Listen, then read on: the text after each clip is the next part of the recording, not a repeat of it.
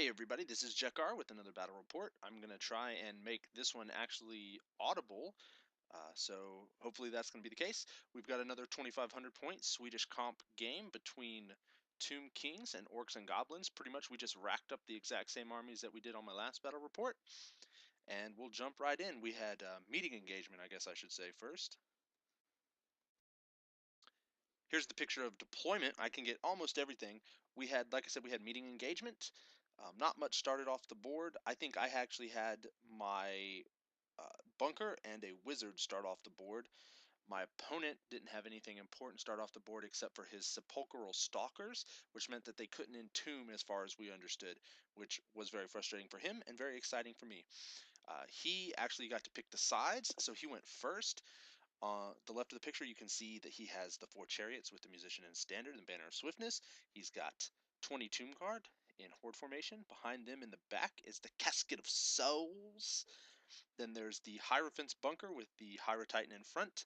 There's the king's unit of, again, 30-ish skeleton warriors with the king, the golden sigil sword, and the glittering scales, the necrotect with the enchanted shield, 2 level 2s on death, uh, one with the channel rod, one with the dispel scroll. The Hierophant actually has a power stone. I think that the spells that they got this game, the death wizards got, one had Doom and Darkness and Soulblight, and the other had Purple Sun and Fate of Bajuna, I think. So they had a pretty nasty spell selection there. And right next to them is the Kimrian War Sphinx with the Fiery Roar. I should go ahead and talk about some of the terrain. In his backfield is a mysterious forest. The forest up in front of Boron, my Arachnarok, is a mysterious forest. I think that one actually turns out to be an abyssal wood, which gives me fear or stupidity. I can't remember which. Um, the green thing with the swirl is our swamp. That's an Earthblood mirror. If you're um, more than half the units in it, you get a 6+ regen. The thing that he's on with his king and with his king's bunker is a Temple of Skulls. I may have said that. The giant Demon Prince conversion with the Bloodthirster wings and the 40k, the old 40k demon body is my Demon Prince. We're using it as a Necroheron Sphinx in this game. I'm not really sure. My opponent is all about the Necroheron Sphinx and riddling it, and I'm not sure why he didn't choose the side that I got. But anyway, so my general's there to try and pass his initiative 4 test and get either heroic killing blow or devastating charge, or maybe even lore master death if we want to be exciting. The building in the background is just a regular building, and the little well there is the wording well, so I can start to regen some wounds. Again, not sure why he didn't take this table side. As far as my army goes, have the Savage Orc Biggins on the left, got the Arachnarok Boron behind that forest, have my chariots flanking a unit of 9 trolls, have my general on the Wyvern. He's got the Sword of Might, Talisman of Preservation, Charm Shield, 25 squigs plus 10 handlers, my BSB, and my level 2. I believe that's my level 2 with the Scepter of Stability. My level 2 with the Dispel Scroll actually I think came on off the board. 50 Night Goblins with 2 big bosses with great weapons, and you can see one of my single trolls. I think the other one actually is the one that came on the board, or came in off the board edge. So you also can't see to the left is where I have my Wolf Riders, and one set of Wolf Riders and another set of Wolf Riders came in started off the board. So I guess I should say that I guess I should let you know that I actually have first turn. I rolled first turn. I got the 6 to steal the initiative, and that's only funny because the game before this was a game I've already put up. The other game before this is a game with one of my bromance wargaming opponents, Dallas, and we played meeting engagement, and I placed first, and then he stole initiative from me. So it's just kind of karmic vengeance. So in my first turn, most everything pushes up. These Wolf Riders, hoping to emulate their feat last game, go ahead and charge the chariot unit, and I'm just hoping that I'm gonna destroy that unit again with a unit of 55-point Wolf Riders. I don't have any other pictures, but pretty much everything else pushes up. I don't make any other charges because the TK player actually deployed pretty far back. So in this combat, I forced through Gorkle Fix It, and then I lost the spell. That wizard with Gorkle Fix It, I think, actually lost both of his spells and is now just a channel bot. But if you'll recall, this is what I wanted, this is what I did last game, and this is how I beat them last game. So I'm thinking, yeah, it's going to happen again, baby. So this is the start of Tomb King turn 1. You can see that I did not do as well as I thought. I only did 2 wounds, and he killed 3 of me. So that combat didn't work as well as I thought. But again, 55 points, not a big deal. Losing Gorkle Fix It, bigger deal. But I didn't think that was going to happen on whatever 4 dice that I threw at it. You can see his Tomb Guard are going to push up, and he's looking to get into some juicy charges with them. Here you can see some of his other stuff. You can see his 12 archers hanging out by the Temple of Skulls. Everything's still playing pretty conservatively, but his War Sphinx did charge my troll in the swamp. Neither one of us had failed a test.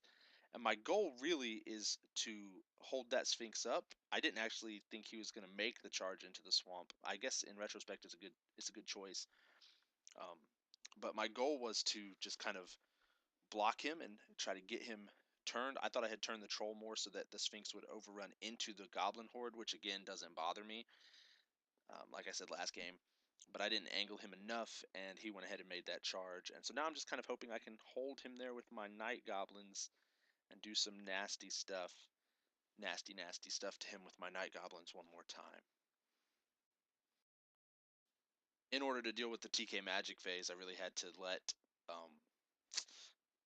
Spirit Leech, I guess. I guess he had Spirit Leech instead of Fata Bajuna, but I had to let Spirit Leech go on the spider, and he did 4 wounds to the spider. So Boron may or may not make the giant contribution that he made last game, again, where he was killing wizards left and right and stomping units down and really just being MVP.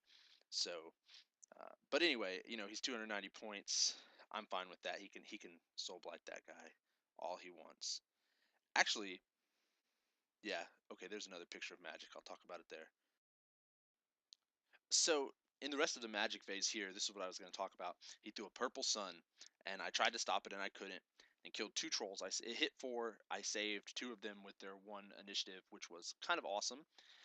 But he got more power dice back. But when he threw the Purple Sun, he miscast, and he got the miscast where everybody takes a Strength 6 hit. And I think his Hierophant took a wound, and the guy that had Doom and Darkness and Soul Blight took a wound. So then he cast Doom and Darkness, and it was Irresistible Force. And he put it on my general again because he was going to try, I guess, to Light of Death or to control my trolls that way. But that miscast was the small round template and blew that wizard up, which of course then meant Doom and Darkness went away, which was pretty hilarious, really.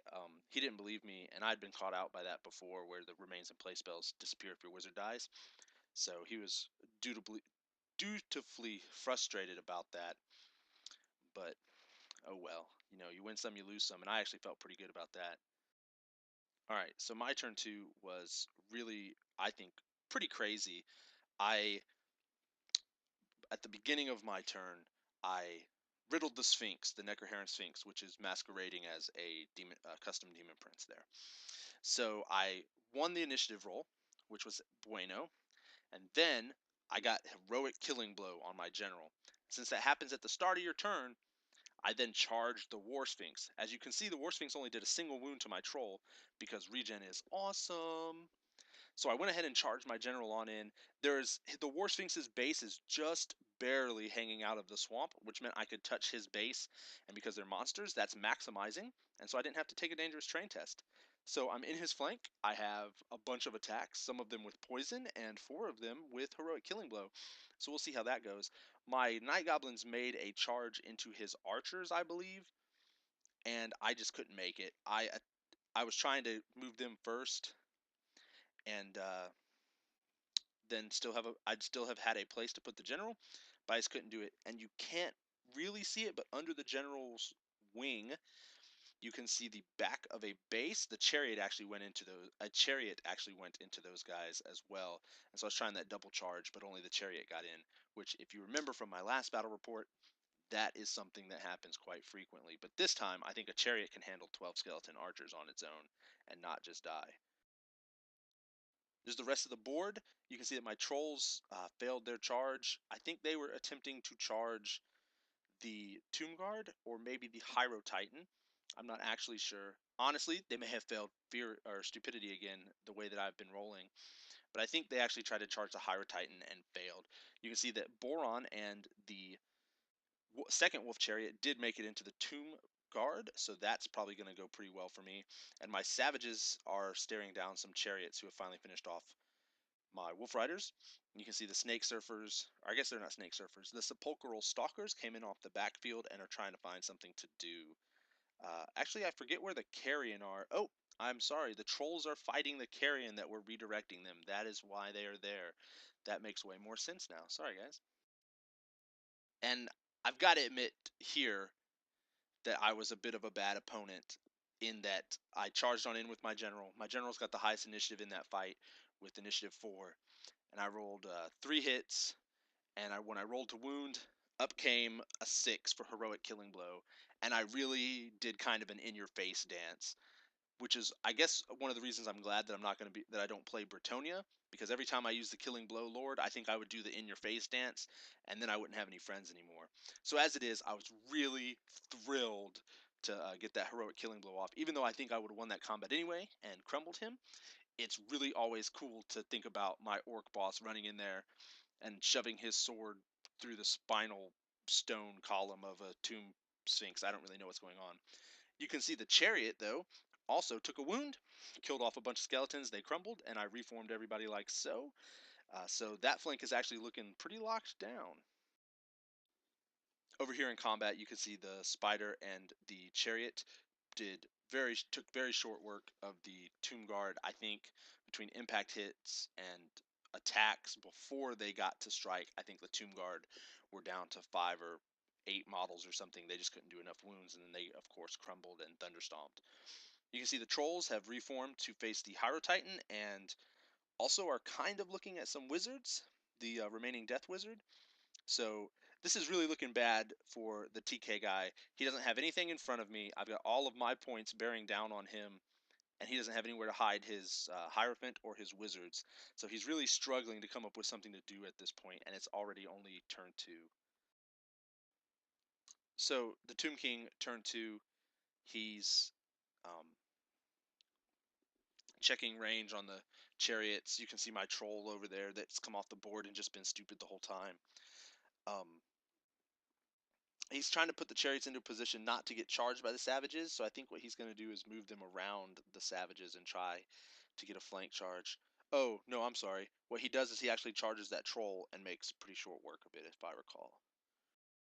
And in an act of insane bravery, the Tomb King is on the Temple of Skulls.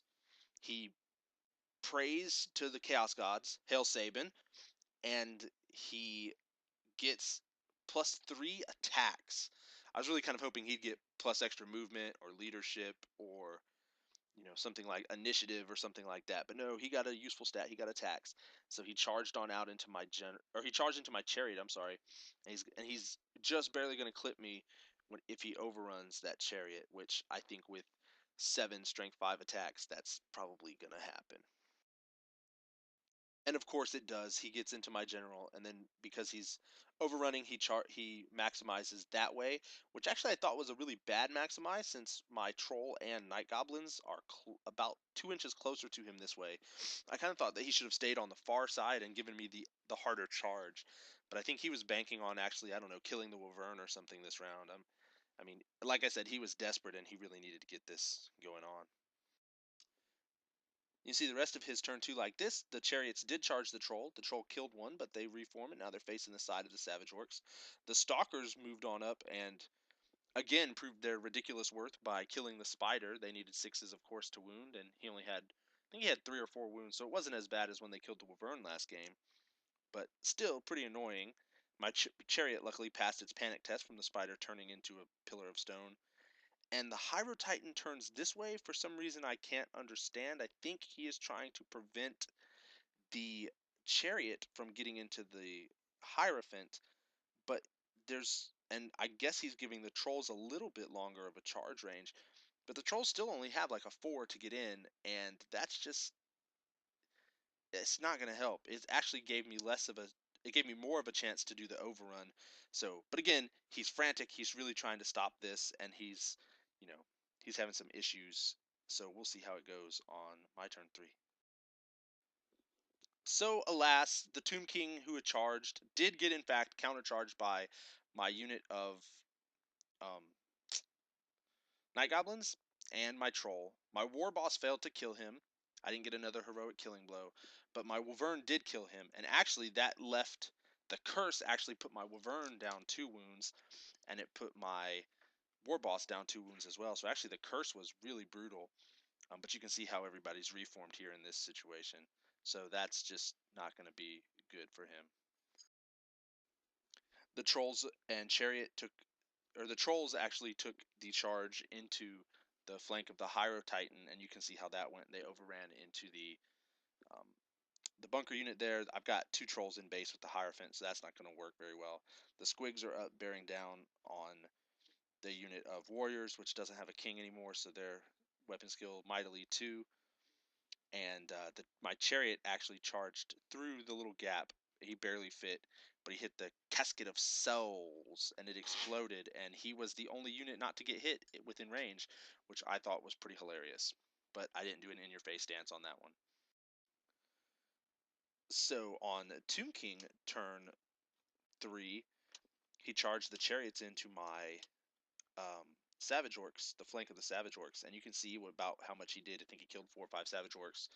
They retaliated with 9 weapon skill 4 strength 5 attacks, and they just exploded the chariots. And so that was, I believe, one of his last ditch efforts. The chariots just couldn't do it. The Wolf Riders didn't really help, but that troll, I think the 35-point troll did do a number on the chariots, and that was important. So in his magic phase, he reformed his unit like so, uh, turned around and irresistible purple sunned through my trolls. I had 1 left. I passed 1 test, but he blew up that wizard, I think, because remember it had already taken a wound earlier from another miscast, and it blew up a large portion of the unit. So if it didn't kill the wizard, it at least drained the rest of his power dice that he generated from the purple sun. So that was his magic phase, was super casting purple sun and killing most of my trolls. So this is looking good. His Hierophant's only got the 1 troll in base now, but remember his Hierophant's on 1 wound left. It's taken a couple wounds. Actually, no, I'm sorry. That dice means that it has 2 wounds remaining. I'm sorry. So maybe he can pull something out with just his Hierophant's unit, although I'm not entirely sure that that's possible. And then in the combat phase, I do a single wound with all my attacks on the Hierophant, and I'm lamenting that fact until I realize that, oh yeah, I have stomps, and I put my foot on the Hierophant's face and just crush him. He fails his regen saves, and that's that. The army starts crumbling, and this is actually the last picture. My opponent just concedes at this point. He's got uh, he has 2 stalkers left that I think crumble down to 1. He has the unit with the Necrotect in it that crumbles to very small, and it's my turn next, and the squigs can flank charge, and then he has this unit which crumbles a little bit, but remember I have my general that can hit it in the flank, and so this is the end of the game, and as you can imagine, it's just a complete massacre for the Orcs and Goblins. They ride to victory screaming "Wah" at the top of their lungs, and the Tomb Kings sink back down into the sands, hopefully not to be seen again for several thousand more years. So I'll wrap this one up with just some final thoughts. Um, Death magic is a lot less scary when there's not as much of it. When the first wizard blew himself up, and that was Soul Blight and Doom and Darkness, that made the game quite a bit easier, especially because I was on the front foot, forcing the TK to res themselves from turn 1. Uh, so death magic, very good, but not as good when when it gets limited through miscasts and other poor luck. Second, trolls are way better when they can pass their leadership tests. You saw the one troll that I'm working on that's yellow that was in the swamp just totally stand up to that Sphinx. Excellent. And the um, big troll block put a lot of pressure on the center of his line at the same time that I was pressuring other points with monsters, chariots, and such. So that was really excellent, and I love that unit for about 315 points. That's really pretty cheap for as nasty as it is. Um, Savage Orc Big Guns are great. Even in the unit of 20, they've been really clutch for me, really stellar in both games that I played with this list. I really am thinking I'm going to leave them at 20 for a while. 40 seems a little absurd. 30 is what I've been using, but actually with 20 I can get my core down to right at about 25% and start squeezing in some other stuff that I like, such as the Wyvern or the Arachnarok or big units of trolls or all three. So I think that I'm going to keep them in smaller units, and as long as I use them on the flanks or in support roles and don't just expect them to beat everything by themselves, they have done really well. In keeping with that idea, though, the Tomb King units are super squishy. The fact that the Arachnarok and the Chariot wiped 20 Tomb Guard really surprised me. Um, the Titan dying to the Trolls was really surprising in a single round of combat because, I mean, it does have, 6 wounds, and I think it has 6 wounds. It at least has toughness 6 and the same weapon skill. And I didn't roll particularly well. I did roll well enough, but I didn't roll obscenely well to make everybody, make signs of the Antichrist against me. Um, so yeah, the the king without fully kitted defensive gear was very squishy. The Sphinx was pretty squishy. I mean, I know that I got heroic killing blow, but even then, that was probably going to go badly anyway. I mean, without any armor and only toughness to defend them, those units are squishy, and especially like the archers that that popped to a single chariot charge was ridiculous. Um, so this is something I'm gonna have to take into consideration is just the insane way that I can abuse Tomb King's infantry. And then finally, of course, I love Heroic Killing Blow. Heroic Killing Blow was probably my favorite part of this game. Um, when I won the roll off with the 6 to steal the initiative, that was hilarious. And like I said at the beginning, it was karmic. I loved it. But Heroic Killing Blow was probably my favorite part of this entire weekend that we played 4 or 5 games of Warhammer. Just I can't get over it. I will be thinking about that for a long time.